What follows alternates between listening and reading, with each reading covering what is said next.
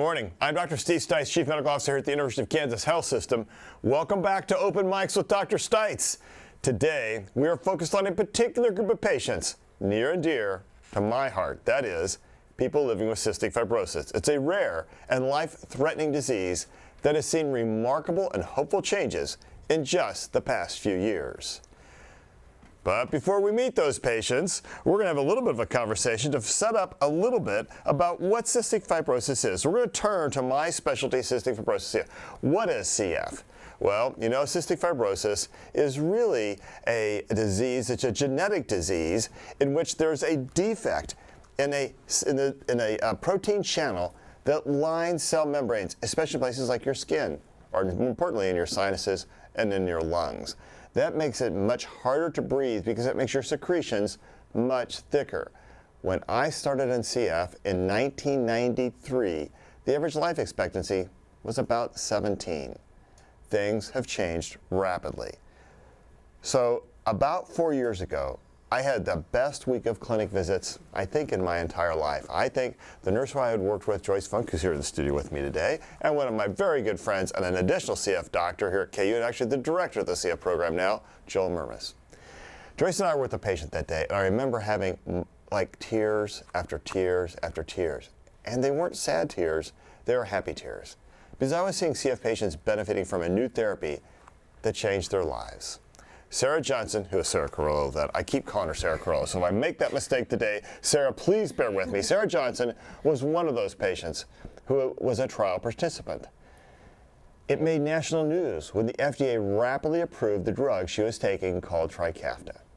Here's what she told us back then as the news broke.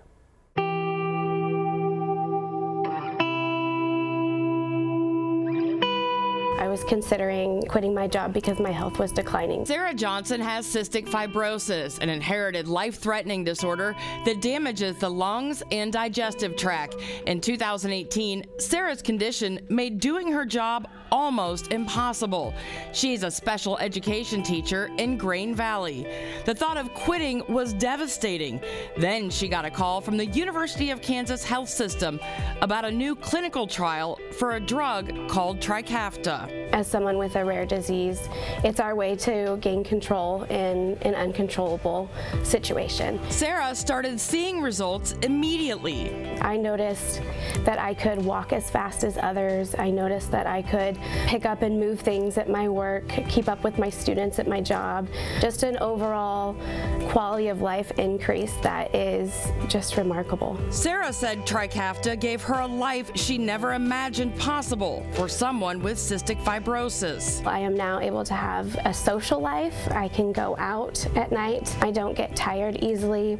I participated in a 5K since then, which is incredible, something I've never done before. Sarah said participating in a clinical trial is how cures are found. Until then, Trikafta offers her a longer, more normal life. I am so grateful to be a part of the research here at the University of Kansas Hospital, and more importantly, I am so thankful that my doctors and nurses are here at KU. We get the best care, we get the most immediate care, and there's passion in everything that they do. Sarah Johnson joins us now via video cam, and so does Ben Hadel, who's a patient who we've been following for a number of years, who also has cystic fibrosis and is also taking Trikafta. And here with me in the studio is one of my colleagues in the CF clinic, and actually, as I mentioned, the director of the Cystic Fibrosis program at the University of Kansas Medical Center, or Health System, Dr. Joel Murmis, a pulmonologist and critical care physician, good friend. Joyce Funk, who has worked with me, I'm thankful probably to her detriment, for over 20 years now. And we've worked together in the care of CF patients for many years. Sarah, we just heard your comments from a few years ago. How do you feel today? Any new news or recent accomplishments we need to hear about? Yeah, for sure. Watching that actually makes me super emotional because I'm still amazed every day at how much better I feel, how drastically different my life is. I didn't just get a second chance at life, I kind of got a whole new life, because since then I've met and gotten married and bought a house and started another career. I've got to snorkel in the ocean and hike in Hawaii. It's just amazing. So things we probably would have told you not to do prior to Trikafta, especially that snorkeling part. Now, Ben, Yep, we heard we heard Sarah describe living with cystic fibrosis. In your words, how has CF impacted your life? It was tough growing up. I mean, growing up, I felt like I was relatively lucky, but the last several years, especially before being on Trikafta, life was becoming very difficult to manage. You know, going to the hospital once, twice a year. Anytime I got something like the flu or any kind of respiratory illness, it wasn't just I'm out of work a couple days. You know, most of the time it meant a hospital admission with a long road to recovery. And a lot of stuff that was just becoming harder and harder. You know, I was thinking about going on disability for a while. It was difficult. It was getting difficult. So what changes have you noticed since you've been on Trikafta? How has the world gone upside down for you? Things are dramatically different. You know, what Sarah said resonated with me. It almost feels like I've had two lives, my life before Trikafta and my life after. It felt like my life before, I always had to have my foot down on the gas pedal, down to the ground, because if I ever stopped any of my routine therapies, you know, I would immediately feel bad and have a hard time. And it was limiting the things I was able to do.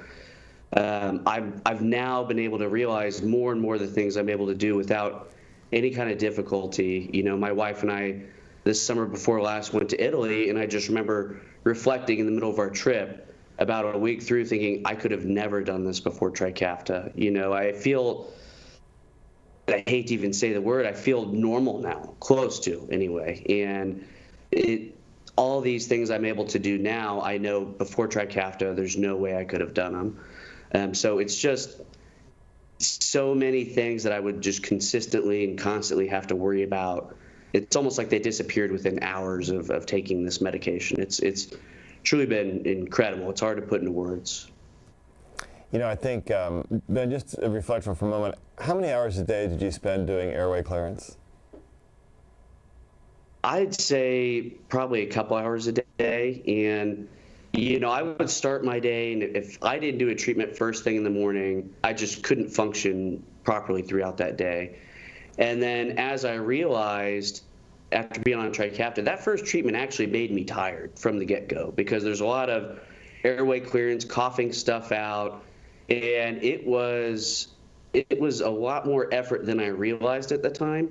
And you guys in the clinic had told me once after doing an evaluation, said, hey, you know, you're burning so many calories a day. If you don't eat at least 4,500 calories, you're going to lose weight. And in fact, you burn 2,000 calories a day just from breathing. So, you know, the energy demands on my body were so extreme at the time.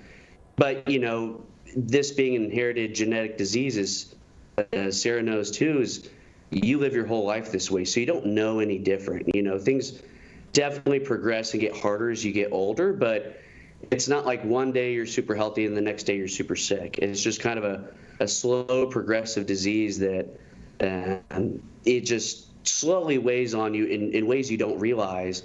And then again, taking Trikafta, that was hey, I'm sick one day and then the next day I feel good. I mean, it was truly remarkable. Sarah, I know that you would echo all Ben's comments. It's been 4 years. Do you still feel as good as the day you started? Yes, I do. Yeah. And as it goes on, I just continue to get like more peace. Like Ben was saying, you start to realize these little things that you didn't know you were missing or couldn't do. And yeah, it just keeps getting better.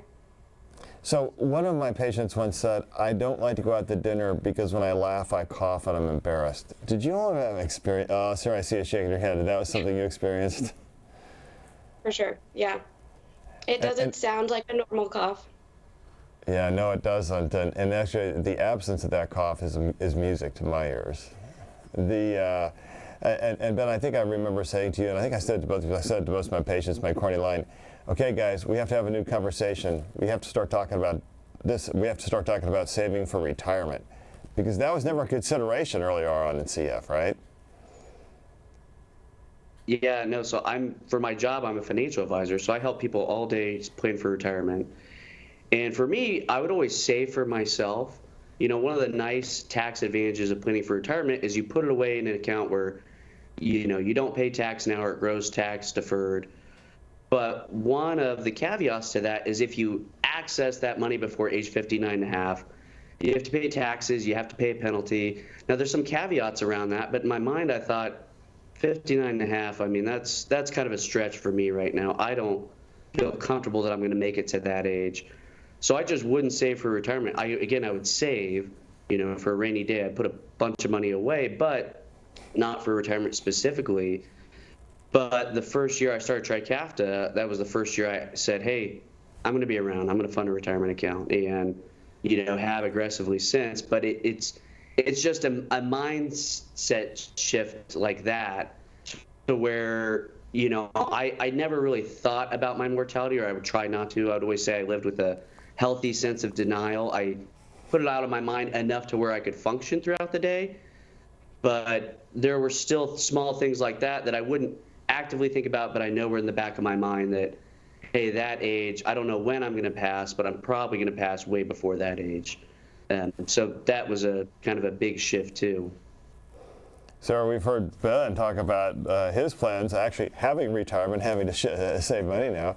But Sarah, what plans for the future do you have now? Yeah, well, Trikafta has given me the peace to be able to think about a future, as Ben had said. So we're, considering maybe ways to start a family, or just more traveling. And on doctor's orders, I'm planning for retirement. Awesome. I wonder who told you that. All right, Sarah, Ben, thank you. We'll come back to you in just a moment. Dr. Murphy, let's talk a little bit about how this drug and how CF works. Give us some insight here. Yeah, so as you mentioned, CF's an inherited disease. It causes a defect in the channel, as you mentioned, the protein channel that's within a number of organs within the body, within the lungs, and other organs that are vitally important, the pancreas and the liver. And when that channel doesn't function properly, it leads to an electrolyte disturbance. And within the lungs, the abnormal electrolyte issue leads to a loss of what we call airway surface liquid. And within our lungs, believe it or not, we actually have these little tiny hair follicles called cilia that you know of, that the cilia beat and they help get out germs and things that we don't want within our lungs. And that's happening all the time and we don't even realize it. But in CF, the airway surface liquid gets so thin and so thick and sticky that the cilia can't even beat, and so you can't get microbes out of your lung. And ultimately, that leads to chronic lung infection and chronic lung inflammation, as you know. The amazing thing about Trikafta is that Trikafta is actually able to kick that protein, the CFTR, into gear and make it work. So most all the patients who are on Trikafta actually made the CFTR protein within their cells, but it didn't function properly. And so Trikafta is a drug that's actually able to bind the CFTR within the body and kickstart it and make it work like it's supposed to. And thus, we heard about the rapid and dramatic change in people's symptoms really quickly after they started it. The clinical trial was amazing. Within days, you could see the difference in people, which I've never participated in a clinical trial that's been like that before, where within a few days you could tell who was on therapy and who wasn't. It was placebo. It was placebo controlled. Placebo, but in this trial, it was pretty obvious. It was amazing. We would have people come back within a few weeks I had one patient who gained 14 pounds in 2 weeks, who instantly her lung function was up 15-20%. It was just remarkable. It is remarkable. And Joyce, you and I saw this in our clinic. What has it been like working with CF patients when you saw the benefits of this treatment? Oh, I think everything that you've heard Ben and Sarah say, we saw with so many folks in clinic. I mean, this was just a rapid change in their quality of life. I mean, we certainly, as you and I talked about and we see all the time, we saw a dramatic shift in care. Whereas we had a balance of folks inpatient and dealing with both inpatient and outpatient issues, we're really dealing with most of our things on the outpatient side now. It's been really remarkable. So the drug costs $300,000 a year. Joyce, you're at the front line of this battle. You're doing this, trying to get the drug approved from insurance companies. What's that battle been like? How hard has it been? I think the first year, obviously, is always the hardest, right? Because you're trying to prove the drug to the third-party payers. Certainly, with any medication that costs this much, we're dealing with specialty pharmacies to try and receive the drug for folks. And then, with a $300,000 price tag, there's still a lot left over sometimes on the patient side. So we have an amazing group of folks on the back end that really work with trying to make it accessible for folks, finding assistance programs, copay assistance for folks, because it's definitely a pricey medication. Yeah, it is a pricey medication. I will never forget, though, the day many moons ago. I was a youngster then. I actually had hair, and it may have been kind of this brownish red color. But I was sitting in the pulmonary office, and the head of pulmonary then was Sue Pingleton. She walked up to me and she said, "Hey, Stites, one of the pediatricians came over and said they need some help because they got some patients with CF and they're living to be adults now. They're getting to about 18 years old, and you're going to go be their doctor." It wasn't one of those questions. There was no ask to that. It was like, "You're going to go be their doctor." Like, "Yes, ma'am. Yes, ma'am." And that started a journey for me. And I'll tell you, the journey hasn't ended, but man, has this been so much better. And is the journey so much better than it was. And I'm proud to be a part of it. And I can't tell you how much I admire all of our patients who have fought this so much. And now you've just heard them to describe this unbelievable change in their life of feeling more normal. But Joel, this is precision medicine, because not everybody with CF can get this drug. Yeah, that's right. It's this is a good example of personalized medicine, where to qualify for Trikafta, you have to have the right gene mutation. Most people in the United States have a specific mutation. About 85 to 90% of people in the U.S. will have a mutation that qualifies them for Trikafta, but unfortunately, that leaves around 10% or so of patients who don't qualify for Trikafta, who have a specific mutation where their body doesn't make that protein, so it's not made. So we're going to scientifically have to approach treatment for those people differently. And we have some amazing advancements in clinical trials going on that are targeting those people, specifically looking at downstream ways that we can still produce CFTR and activate CFTR. We can do that. We all go back to like high school science. There's DNA. We all have DNA, and DNA codes for RNA, and the RNA codes for the protein. So we have to go downstream. Trikafta works specifically on the protein, but we're now advancing the science to where we're actually working on the RNA or the DNA level for that 10% of people who don't qualify for Trikafta.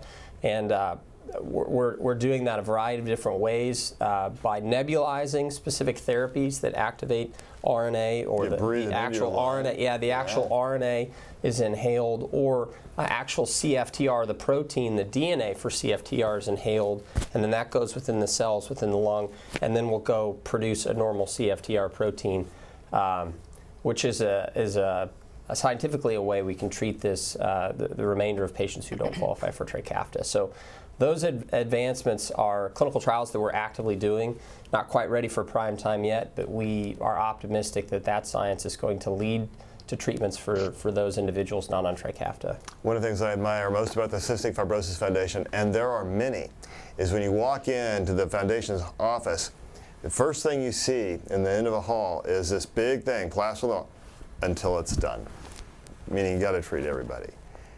And there's nothing more heart-wrenching now than to walk onto the CF ward, and we still have to admit some CF patients for therapy, but then you hear the 10% who didn't get the drug, and you hear them cough, and you know the life they haven't had that Sarah and Ben are now enjoying. Hey, we're going to be here to answer your questions. Send them to us using the links on your screen through YouTube, Facebook, Twitter, or email the Medical News Network. Okay. So now we have a special presentation with Doc Hawkeye, I think. Are we ready, team? We are ready. Okay, here's what's going to happen now. Hawkeye and I are about to show that we support COVID and influenza vaccination. So we're going to check in with Hawkeye, but first, the first thing we're going to see happen is we're about to get our shots. So Carly and Kelsey are going to help us come do that, and that means we're going to see some biceps. So if you want to vote for Hawkeye's biceps, that counts for 1 vote. If you want to vote for mine, it counts for 100. I think that's about the odds against my winning this bicep contest. Because let's face it, one of us has guns and one of us has a water pistol. All right, let's see how that goes. So Hawkeye, let's get ready for the shot so we can show the world the importance of vaccination. All right, all right, all right, all right. Let's see those guns. Ooh, let's not talk about the guns. I'm the pop pistol, remember? Wait for it, wait for it, wait for it. Wait. Ah. This year, I remember not to wear a tighty-whitey. You came prepared. I did come prepared. Last year was not so good because last year I forgot about that. There you go. Now, Hawkeye is getting both the influenza shot and the COVID shot. I had my influenza shot last or 2 weeks ago. So, there you go. All right, so what are you going to give me here? You're getting your COVID. Excellent. No, I'm getting my COVID vaccination. I'm trying not to get COVID. Yep, I'm ready. Do you have a preference for arm? Either one is fine. Okay. We'll do All right. COVID here. All set? Thank you, ma'am. I'm still alive. Excellent. And you can co-administer these vaccines together. And now I am going to get covered, as a matter of fact. Here it goes. We're going to put it right back on so no one has to see that any longer. Okay, pop pistols. There we go. Oh, Hawkeye, don't show off. Jeezy peasy. So, Hawk, as you're getting that shot, just real quick. Yeah. You're doing both COVID and flu. You think that's good? Yeah, you can co-administer these vaccines together. It is easier. Obviously, there is research going into making a combined vaccine for COVID and influenza. Just don't have it yet, but right now, never wanting to miss an opportunity to vaccinate, so you can co-administer these, and that's what we're doing. And so from your standpoint, this is how many vaccines have you had now with COVID? I don't know, 8 maybe. Yeah. I got a lot in the beginning. We're still alive. We haven't fallen off the bridge, right? Nothing's really affected us. So still, obviously, when we're doing this on the air, these are real shots. Thanks, Carly. Thanks, Kelsey. Bye, guys. So from our standpoint, we're still doing pretty darn good. Now, the next question I would have for you is, what are going to be the side effects you think we're going to experience from this vaccine? I know I will probably in about 4 to 6 hours start experiencing some discomfort in my arm. One, if not both of them. Probably for sure in the COVID vaccine. And then later tonight may have some chills. But again, I think those types of systemic symptoms will really be taken care of if I take some ibuprofen or Tylenol, and that's okay to do. Yeah, I'm going to go up here and have a little to eat and take my Motrin and prophylactic if you just want to do it. So now at least 10 million Americans have gotten the new COVID vaccine.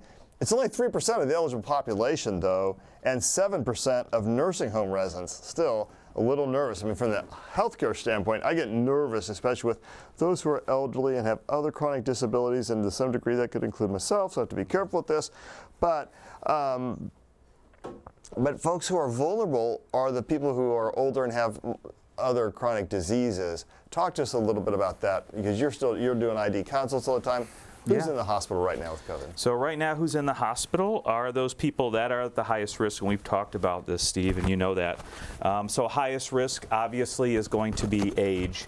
And then other comorbid conditions like immunosuppression, chronic conditions like diabetes mellitus, heart conditions, lung conditions, kidney conditions. But just like you said, talking about the facility, the people who live in those facilities, those are going to be at higher risk, the highest risk. And so it's really important for those people, especially 60 and above, but really 75 and above, to get their updated COVID vaccine to help reduce their chance of coming here to the hospital and going to the ICU. You know, I think I'm impressed that people still battle against this. Now, there was an article in the New York Times today that talked about a report coming out that the CDC has helped explain, I think, saying that, and the title of some of the people right there, COVID causes increased risk of strokes. Well, actually, if you step back and look at it, the CDC points out there is an increased risk of stroke associated with the high-dose flu vaccine. So if you get flu and COVID together, you have an increased risk of stroke, but it's probably more the flu vaccine than the COVID vaccine doing it. However, they point out that the slight increase in the risk of stroke is about as much as saying, oh, you're going to have about twice the chance of getting hit by lightning that you would normally do. Okay, so your chance of hitting by lightning is so low that to say to somebody is still incredibly low. In addition, the risk of stroke from COVID and from severe COVID is much higher. Hawk, thoughts? Yeah, I mean, I think the good thing about this is we continue to have active surveillance for side effects and adverse events with these vaccines. Now, this includes influenza vaccine. It includes combining influenza vaccine with the COVID vaccines, and now even with the new RSV vaccines. And so I think the public should just be aware and take comfort in the fact that we do have the active surveillance that goes on every day, taking into account all of these things, looking at the data, and really trying to parse out if there is a true association or not. And so I think that is very important. There continues to be transparency and active surveillance and data collection for these types of events. There's a study in JMP that's talking about kids who shed COVID virus for about 3 days. Suggests they probably should be isolated. You do want to test, make sure they don't spread it to teachers or other kids who may be immunosuppressed. Yeah, this was a pretty interesting study. Again, pediatric cases, so people under 18 years old.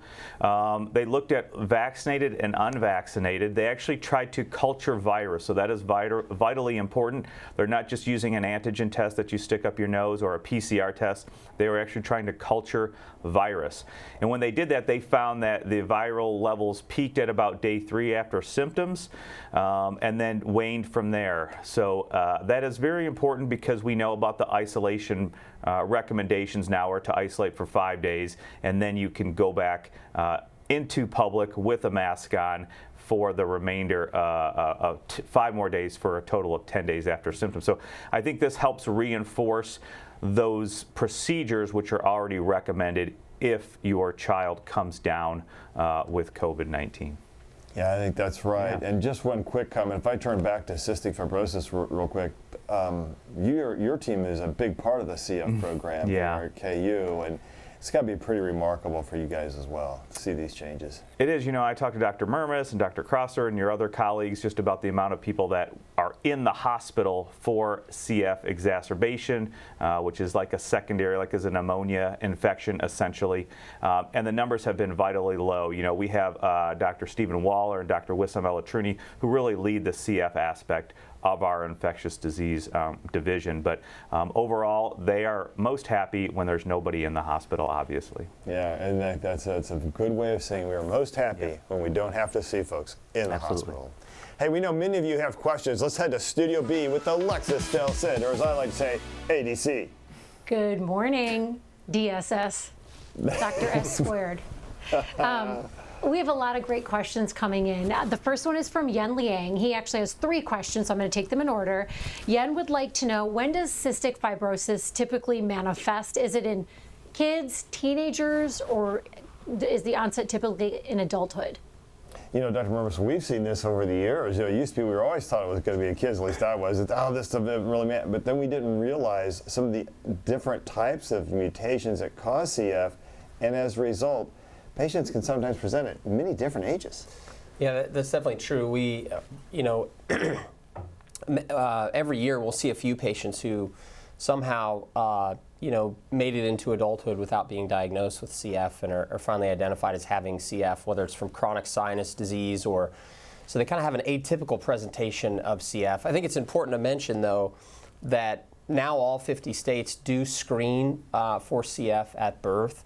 You know, in the classic sense, most people with CF will have manifestations of the disease or symptoms of the disease very early in life, with problems with their pancreas, which leads to failure to thrive, problems with normal growth as an infant. So the symptoms usually for most babies are very early, but fortunately now all 50 states screen for CF at birth. So the detection rate has significantly improved over time. A lot of those patients we see who are diagnosed in adulthood were born at a time when newborn screening wasn't common. That's right. And they probably had symptoms that were kind of quietly, they've been misdiagnosed as asthma, or you just don't eat enough, or you have lactose intolerance or something like that. Ben, how old were you when you were diagnosed?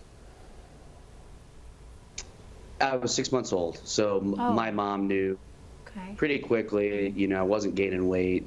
I had a consistent cough that wouldn't go away. She kept taking me in, the doctor kept taking me in, and then finally they did the sweat test and diagnosed me at that age. And Sarah, how old were you? I was about 4 weeks old, so I was sick pretty much from birth, and then the 4 weeks was just my mom continuing to push to find what was going on with me. I can't imagine how happy both your parents are. I know both your, obviously, for both of you all. So I bet they're pretty excited about where things are in life for you too. Thoughts? Sarah, Yeah, my parents are ecstatic. I bet it's a big relief for them. A lot of, like I said, just a lot of peace came from Trikafta, that they don't have to worry as much about me and that I can be independent and fly on my own. Yeah. And then your mom and dad? Yeah, I mean, Sarah brought up the example earlier of snorkeling, and, you know, occasionally I'd go on family vacation with my family, and we'd be in Cayman Islands, and everybody'd be snorkeling. I'm like, Mom, you know, it's not enjoyable for me because, you know, I have a hard time breathing and I worry about choking on water. And then on my honeymoon, I went snorkeling with my wife with no issues, and I told my mom, and it's one of those small things that, you know, it's just an example of the overall excitement my parents have had, and, you know, didn't expect to see me around a long time, and now, you know, going to be around for a while, which is awesome. Alexis. Going to get back to Jens' other two questions, but I want to go to Jeremy Yenser, whose question just came in. Wants to know if there were any insurance hurdles with Trikafta, or has coverage been fairly easy? Oh, Joyce Funk, it wasn't easy. Excuse me. That first year, I think, was probably our most challenging. Because of the price tag and obviously being a new therapy, there was a lot of things that we had to prove to insurance companies. So no, it wasn't easy initially. It's gotten easier as time has went by. I mean, the data speaks for itself. Ben and Sarah's stories speak for themselves. You know, a lot of times with third-party payers, what you have to prove is the effectiveness of the medication, and that has been a slam dunk with Trikafta. And it is $300,000 a year, and not to cast aspersions, but the company that makes it is doing very, very well. So I don't think anybody's going to cry for them. I have a question about side effects, and Yen would like to know, are there any side effects that patients need to be aware of? Oh, let's ask Ben and Sarah. Sarah, is there a side effect? There are a few side effects, but nothing that is big enough that would make me stop taking it. But yeah, I do think there are a few different side effects. Ben, what would you say is the most prominent side effect for you? Just overall, I'm a lot happier. So, no, I mean, I've been fortunate. I don't think I've had one notable side effect. Yeah, so nothing really for me, luckily. Joel Being and Joyce. happy is a great side effect. But one thing we have had to do, you know, as you said before, and Ben, you highlighted this, patients, it took you 4,500 calories, 5,000 calories a day. That's like what, you know, Chris Jones eats on the defensive line of the Kansas City Chiefs. Imagine these guys, you know, you can't see the full size, but CF patients tend to be of smaller stature because their nutrition was so much worse when they were younger. Now, Trikafta, that's going to change, I think. But for folks who've lived this long, you know, what the biggest change is, folks have to learn how to eat differently because you start absorbing calories and you no longer have to have 5,000 calories. So now it's, you know, like 2,000 or 3,000 calories, and that's the thing we've had to teach our patients a little bit about. Yeah, absolutely. I mean, almost overnight, you know, I tell all my patients, like, you have to eat like the rest of Americans now, which for decades, you know, one of the things with CF was that you could eat pretty much whatever you wanted, you know, and obviously that's not the case now. It's been pretty remarkable. You know, fortunately, many people needed to gain weight, and that was a wonderful thing. But many people, after they hit where their BMI should be, they kept gaining weight, and so we had to have a lot of those conversations about changing diet, and obviously that's you know, that can be difficult to do after decades of being able to eat what you want. I think it's one of those things nobody really saw coming, you know, and then it happened so fast. So, but I'll take that any day over, you know, dealing with the respiratory issues and you know, all the other terrible symptoms that CF caused before Trikafta. So, we have an interesting question. Oh, please go on. No, you go ahead. there's another question about whether there's a connection between this disease and polycystic kidney disease. I don't know of that connection. If there's a connection, no, I think it's they share the word cystic, so you might think they're similar, but no real relationship between the two diseases. Polycystic kidney disease is where cysts develop within the kidneys, and it can lead to kidney issues and kidney failure, but no connection with cystic fibrosis. Yeah, it is interesting though that CFTR, which is the protein that doesn't work in CF, it's in highest concentration is actually inside the kidney, and yet we don't see kidney problems in CF. And I'm not sure we even fully understand why, but we see a lot of issues related to the intestinal tract, the liver, obviously the lungs, the sinuses, and don't forget the skin, because I'm going to guess you guys don't taste like salt so much anymore. We have a question from Paul about the vaccines. This is a great question because I noticed that Dr. Hawkinson got a shot in both arms, different one in each arm. Paul wants to know, should I have my COVID and flu vaccination in different arms? I'm receiving both of mine today as well. Okay, so let's just point it out, Hawkeye. You and Kelsey differ on this point because I believe Travis had 2 shots, one arm. Yeah. You had 1 shot each arm. Talk to me. Yeah. I think it's either way. A lot of people will say do opposite arms just because you have then 2 different injection sites. So I think either way is okay. Certainly sometimes we give 2 or 3 or even 4 vaccines to a person, especially if we're evaluating them for solid organ transplant like kidney or liver, and we do that at a time.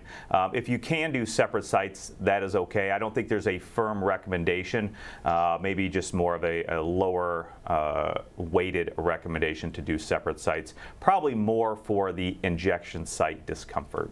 And just to say, when you do measles, mumps, and rubella, you're actually getting 3, the MMR, you're getting 3 different vaccines. You're getting 3 things that combined all in one site. DPT, same thing. So when we get the COVID and flu vaccine combined, which I think is going to come, it's going to be the same thing. We are often given 1 arm. So I don't know that. I have it in my left arm because it's easier for the person to walk over to than my right arm. That's the only reason I did it that way today. So I'm not sure how much difference it really is going to make. And just a shout out to Travis Kelsey for going on there and showing that shot because, obviously, really I love the fact he's the chief. I love the fact that he's the best tight end in football history. I love the fact he and Patrick Mahomes are like best buddies. And I don't know, he's got some girlfriend. I don't remember her name. And but I really love the fact he went out and got that shot on the air. Well done, Travis. Thank you. That was really good. Ruth has a great question. Ruth wants to know for the doctors, do you anticipate the insurance difficulties or the price of Trikafta to go down eventually? Travis, you want to take on the insurance part and then you and I can tackle the cost. I think from an insurance perspective, they're paying for it now, so I don't see any reason that would change.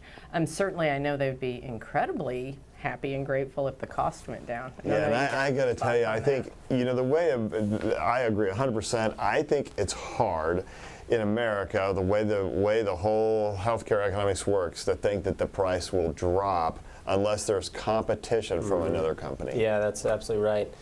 And until one of 2 things happens, I think either there's a alternative therapy which is equally effective, or a time elapses to where it's no longer on patent, and a generic, so to speak, can be made. But until one of those 2 things happens, I think the cost probably is going to stay the same. Unfortunately, we had a clinical trial earlier this year that was the hope was that it would be a therapy that was by a different company that was of similar effectiveness, and unfortunately that trial didn't work out. So for the time being, I think the cost is likely going to stay where it's at. Alexis. Jim has a question. Jim wants to know, how do I know if I have a mutant CF gene? So the way to test for this is with a simple blood test, a genetic test, which anybody can do. If you're in a situation where you want to test for that, we would advise someone see a genetic counselor, make sure they get appropriate interpretation of the results. But believe it or not, there are about 2,000 mutations that have been identified that are known as CF causing.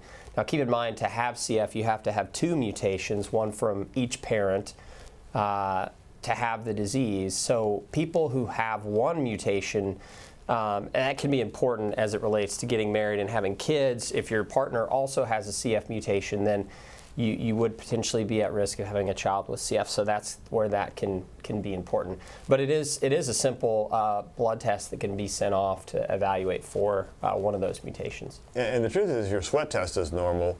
You tend not to have it, but you can, as your point, that doesn't answer the real question, can you carry one of them? And there are some patients who we see with one mutation who then present usually later in life with what feels like and acts like cystic fibrosis. They probably have something else going on that we don't understand yet. Yeah, I mean that's probably a longer discussion for a different time. But we do know now having one mutation does increase the risk of having some potential CF-related issues later in life. Although that doesn't mean if you have a mutation that you will, but it does increase the possibility that you could have much later in life pancreatic issues, liver issues, or develop lung issues much later in life. But usually in your 50s or so. Alexis. Bonnie wants to know if cystic fibrosis patients need to take any other medications in addition to Trikafta, or if you have to make any lifestyle changes. Well, let's ask our panel of experts. So Sarah, have you had to change your meds? I mean, are you still on other medications for your CF? I'm still on other medications. I still do airway clearance from time to time when I need it. And yeah, I still add stuff in. I still have medication, but just not as much time and not as many hospital stays and antibiotics. And Ben, enzymes are still a big part. Yeah, so still doing some therapy, not nearly as much, but where I'm made aware of, hey, I still have something going on. You know, a couple weeks ago I caught something, I'm not sure what it was, but it almost feels like the Trikafta turns off for a period of time. You know, it feels like life did before, briefly though. And what used to be a hospital stay was just, you know, being out for a week, not feeling great. And then lifestyle change is I can't eat as much as I used to because I will become a huge fatty. Alexis, maybe time for one more question. Okay, I have a question from Denise. Denise wants to know, now that you've got things under control, what does a bad day look like then? Are there days you wake up and you think this is going to be a rough one? All right, Ben? Unless there's something else going on, honestly, no, I just don't. Thank God I don't really have bad days with it anymore, other than, you know, if I get the flu or something or a cold. That's really it. You know, I'm very, very fortunate and very thankful. Sarah? That's the same with me. I don't feel like days start as rough at all anymore, unless I've caught a virus or a flu or something like that. But it's still way more manageable than it was before. The miracle of science and the grace of Trikafta. Final thoughts from today. Sarah, let's start with you. I guess my final thoughts would just be I'm excited to keep continuing to participate in research, and I think if you have the possibility to participate in research, you should. Yeah, it's just changed my life, and it can change others too. Thank you for that. Ben, final thought.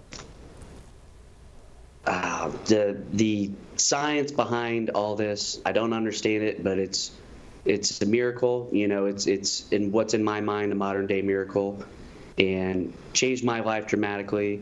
Same company that makes Trikafta is now working on stem cell therapy for type 1 diabetics, which my wife is. So, you know, that looks promising so far, but it still just blows my mind the technology they're able to come up with that just dramatically changes our lives for the better. It's really incredible. Thank you guys. You guys are the best. That's awesome. Joyce, final thought. Final thought. Science is amazing. I have the best job in the world. I get to work with Sarah and Ben every day, and I get to watch some remarkable folks live some amazing lives. So it's been the best. So do I get to quote you on that, the best job in the world part? Oh, I forgot to mention you. I mean, and I get to work with Dr. Stites. That's not what I hear most of the time. Dr. Burbers, Jill Burbers. Well, I think hopefully today's been an example of you know, the power of personalized medicine.